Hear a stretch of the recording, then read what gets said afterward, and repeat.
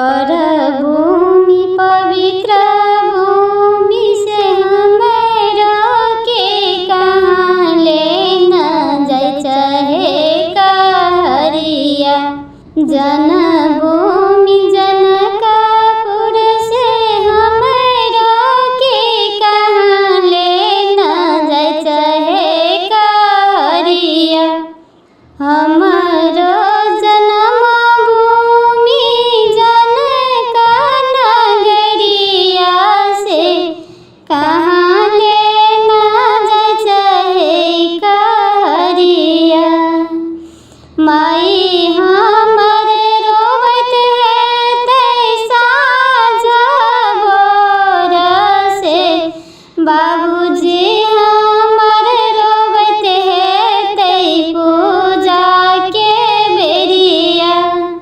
सखी रे सहेली हमर रोवत है तै ठीका दुपहरिया। भाभी हमर रोवत है तै भनसा के बेरिया से, भाभी हमर रोवत है तै भनसा के बेरिया से। हमरा के कहाँ ले न जाय चाहे कहरिया।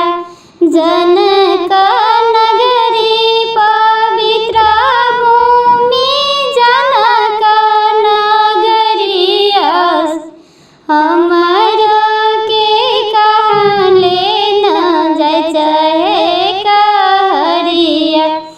आई माई आवत है तै अम्मा का समझावत है तै।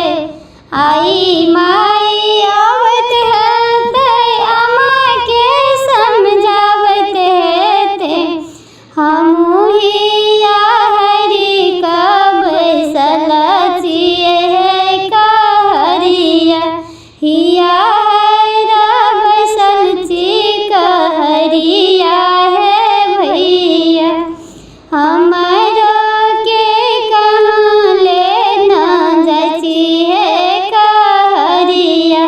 परम भूमि पवित्र भूमि जनक नगरिया से हमरो के कहाँ ले न जाय चाहे कहरिया। पवित्र भूमि जन्मभूमि जनक पवित्र भूमि से हमरो के कहाँ ले न जाय चाहे कहरिया। माई हमर रोवत है तै बोरा बिना सरबा से। माई हमर रोवत है तै साँझ भोरबा से। बाबूजी हमर रोवत है तै पूजा के बेरिया। सखी हमर रोवत है तै ठीका दुपहरिया से, ठीका दुपहरिया। भाभी